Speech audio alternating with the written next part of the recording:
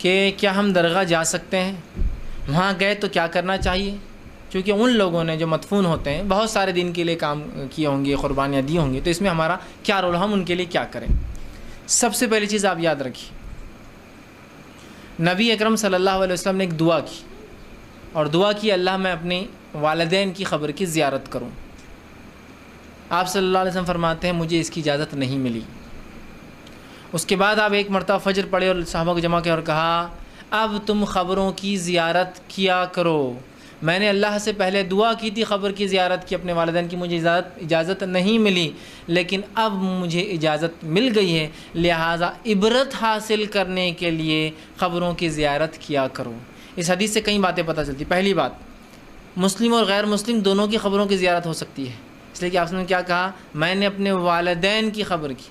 اب اس معاملے میں لوگوں کو بڑا وہ ہوتا ہے کہ کیا آپ صلی اللہ علیہ وسلم کے والدین بھی غیر مسلم تھے، تو یاد رکھیے یہ بات بڑی سخت ہے، لیکن ہاں اس کی حقیقت یہی ہے۔ ابو داؤد کی روایت ہے، آپ صلی اللہ علیہ وسلم کا ایک صحابی اور کہ اللہ کے رسول میرے والدین کہاں ہیں، تو کہا جہنم میں۔ وہ زاروں خطار رونے لگے کہ میرے والدین جہنم میں۔ دیکھا نبی اکرم صلی اللہ علیہ وسلم بھی رو رہے، کہا اللہ کے رسول آپ کیوں رو رہے ہیں، تو کہا میرے بھی وہیں ہیں۔ صحیح روایت ہے،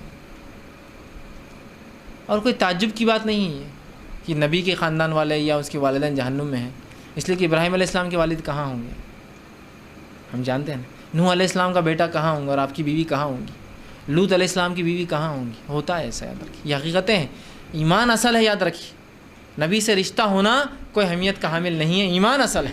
تو بہت سے لوگ رشتے جوڑ رہے ہیں ولیوں سے، نبیوں سے، یہ اصل نہیں ہے، انہوں نے کیا کیا اس پہ عمل کیجئے، یہ اصل ہے، اتباع کیجئے رسول کی، یہ اصل ہے۔ بہرحال تو اب وہ لوگ جو ہوتے ہیں ان کی قبروں پہ جانا کیسا ہے، تو حدیث میں دیکھیے مقصد بتایا گیا، قبروں پہ جانے کا مقصد عبرت حاصل کرنا، ٹھیک۔ اور حدیث میں واضح لفظ ہے قبروں پر جایا کرو، قبروں کی زیارت القبور کا لفظ ہے، مقبروں کا لفظ نہیں ہے۔ عربی میں دو چیزیں، قبر مطلب وہ ہوتی ہے جس کو آپ انسان کو کھودیں اور گڑھے میں ڈالیں اور مٹی ڈال دیں، یہ ہوئی قبر۔ اس کے برعکس ایک ہوتا ہے مقبرہ، وہ کیا ہوتا ہے، قبر میں ڈالنے کے بعد اس کے اوپر ایک مزار بنائی جاتی ہے، ٹھیک، کبھی اصل کبھی ڈپلیکیٹ، کبھی نیچے انسان ہوتا ہے اور اس کے اوپر بناتی ہے، فرسٹ فلور سیکنڈ فلور پر، اس کے بعد اس پر مینار بنتے ہیں، گنبدیں بنتے ہیں اور بہترین عمارتیں تعمیر ہوتی ہیں۔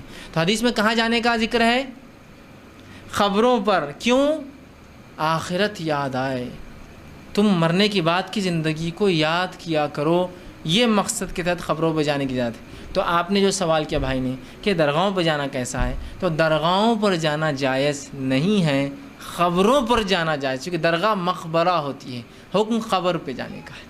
اب آپ بولیں گے کیوں، وہ بھی تو خبر ہے۔ اب میں دونوں کا فرق، مقبرے اور خبر کا، قبرستان کا اور مقبروں کا فرق بتاتا ہوں آپ کو۔ خبر کا فرق اور مقبرے کا فرق کیا ہے۔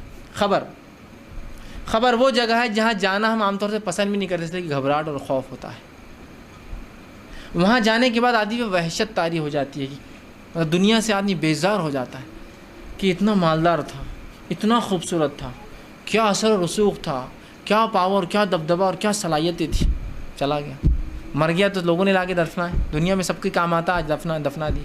اور خبر کے حال تو دیکھو، کبھی خبر اندر چلی جا رہی ہے، یا کیڑے مکوڑے جانور نظر آ رہے ہیں، سوکھی پڑی ہے اگر گرمی کے دن ہے، بارش ہو رہی تو بھیگ جا رہی ہے، کبھی جانوروں نے ڈیرا ڈال دیے، سانپ بچھو رہتے سوراخ کر کے، کبھی جانور اوپر بیٹھے ہیں، تو وحشت طاری ہوتی ہے آدمی کو، دنیا سے نفرت اس میں وہ ہوتی ہے، اللہ کا خوف طاری ہوتا ہے، اور انسان دین سے نزدیک ہونا شروع ہو جاتا ہے۔ یہ ایک الگ بات ہے، افسوسناک حال ہے کہ کچھ لوگ قبرستان میں بھی ہنستے کھڑے ہوتے ہیں، یہ ایک الگ بات ہے۔ بہرحال یہ بالکل مردہ دلوں کی علامت ہو چکی ہے۔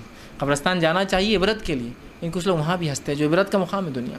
یہ ایک چیز ہوئی، یہ ہے قبر، ہے نا، اور یہی حالت ہوتی سب کی۔ قبر پہ جانے کے آنے کے بعد انسان غمگین ہوتا ہے، دنیا سے اس کو ایک دم بیزارگی سے اظہار ہوتا ہے، اور ایک طرح سے اس پہ ڈر لاحق ہو جاتا ہے، یہ ہے قبر۔ اب مقبرہ جانے کو ہمارا دل چاہتا ہے، اس کے لیے پلاننگز بنائی جاتی ہے، اس کے لیے دوستوں رشتہ داروں میں کال کی جاتی ہے، چل رہے گا مقبرہ جانے کا، اپنے کو نئے نئے کپڑے تیار کیے جاتے ہیں، گاڑیوں کے انتظامات کیے جاتے ہیں، ٹھنڈا میٹھا کھارا پتلا گاڑھا وہ بھی ہونا نا، سوکھا خیمہ نہیں ہونا، اس میں فلاں ہونا، تیل زیادہ ڈالو، اس میں پپڑ سالن روٹی تیار کیے جاتے ہیں، ہے نا۔ وہاں سج اور دھج کے لوگ جاتے ہیں، قبروں پہ جانے کے بعد انسان کو آخرت یاد نہیں آتی، ان مقبروں کو دیکھ کر دنیا یاد آتی ہے. یہ دیکھو کتنا زبردست ہے نا، اپن گھر ایسا بنائیں گے اپنا، وہ فلاں دیکھو کیا کالم ہے اس کا، اپنا کالم فلاں کریں گے، کیا بناتے تھے یار پرانی بلڈنگیں وہ ہوتے ہیں. وہاں جانے کے بعد دنیا یاد آتی ہے. جب آپ ان مقبروں میں داخل ہوتے ہیں تو آپ کو خوشبوئیں آتی ہے، عبرت نہیں نظر آتی، خوشبوئیں آتی ہیں جن سے آپ کا دل ان کی طرف رغبت پاتا ہے، اور جا کر دل بولتا ہے ہاں بیٹھنا چاہیے تھوڑی دیر ہے نا.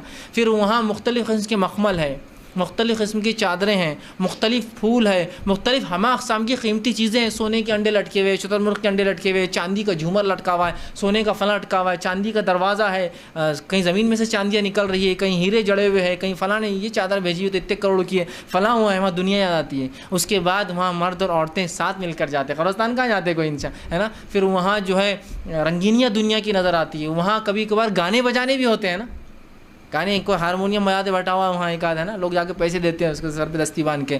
تو کوئی کبھی ڈھول تاشے کر رہا ہے نا، اور کبھی جو ہے ناچ گانے بھی ہوتے ہیں. صرف میوزک تک بات ختم نہیں ہوتی، ناچ گانے ہوتے ہیں. کبھی عورتیں ناچتی، کبھی ہجڑے ناچتے ہیں، دونوں میں سے کوئی ہوتا ہے، وہ بھی ہوتا ہے. پھر اس کے بعد بہرحال وہاں حجرے ہوتے ہیں جن میں جا کر انسان کا دل بیٹھنا چاہتا ہے اور وہاں انسان رہنا چاہتا ہے. یہاں خبر کو دیکھ کر انسان کا دل اچاٹ ہوتا ہے اور وہاں دنیا کی رنگینیاں دیکھ کے لوگ جاتا ہے. تو شریعت میں جو حکم ہے وہ خبروں کی زیارت کا ہے، مقبروں کی زیارت کا نہیں. یاد رکھیے یہ فرق ہے دونوں کے اندر.